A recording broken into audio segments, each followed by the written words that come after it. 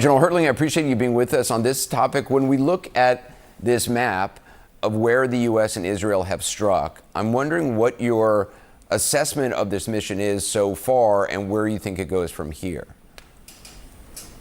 Well, from both a tactical and operational standpoint, Anderson, the individual battles, if you will, of aircraft strikes and Navy Tomahawk missile strikes, they're doing very good in terms of the tactical fight and putting those battles together for an operational plan. But as Congressman Smith just said, if you don't have a strategy, those two things don't matter. Where we stand right now, I think, is the very beginning of something that the president's administration did not anticipate, that Iran gets a vote and they get to fight back. They are going to do their very best, just like Hamas and Hezbollah did, of extending the timeline.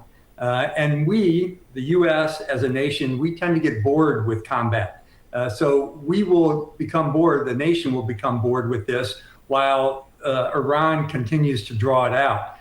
I also think we're going to see Iran putting leadership in the security apparatus. They're going to continue to replace dead leaders. They've got a plan for that. They learned the last time they were attacked by Israel and the United States what to do.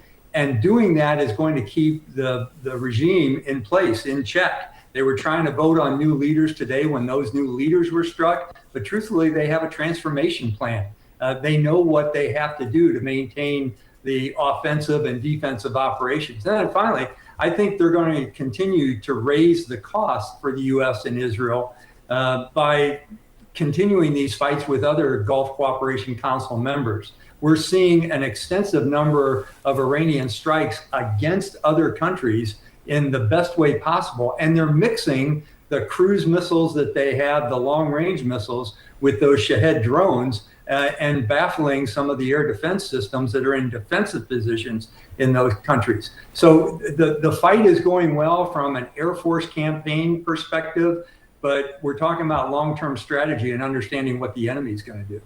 I mean, you know what happened in Iraq better than anybody. De-Baathification, which was the policy of the U.S., led to, essentially funneled all these people into an insurgency. They had access to weapons, they had military training, and suddenly they were without power and they were fighting back.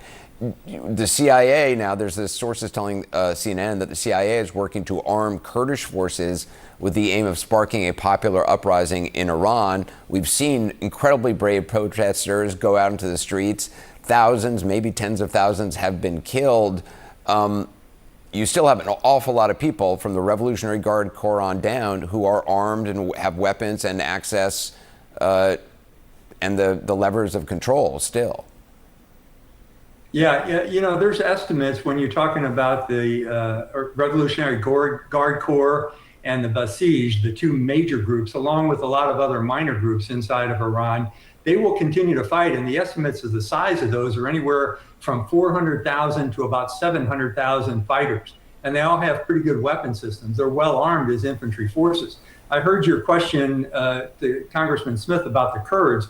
And when I first heard that, the CIA manning the Kurds, I think you and I talked one time a long time ago about my experiences with the Kurds. You have about 8 or 9 different Kurdish parties that are in Iran, Iraq, and Syria. You mentioned that.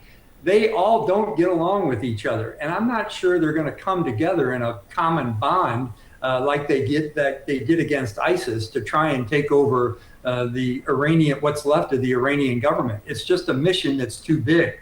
And if you haven't planned that beforehand, and if the US government is just beginning to think of, hey, maybe we should arm the Kurds, it's a little bit too late for that. That takes a whole lot of coordination, a whole lot of on-the-ground discussion and collaboration with those groups to get them into a fight. And I'm not sure, unlike what happened in Iraq, that they would be willing to fight against the Iranian government.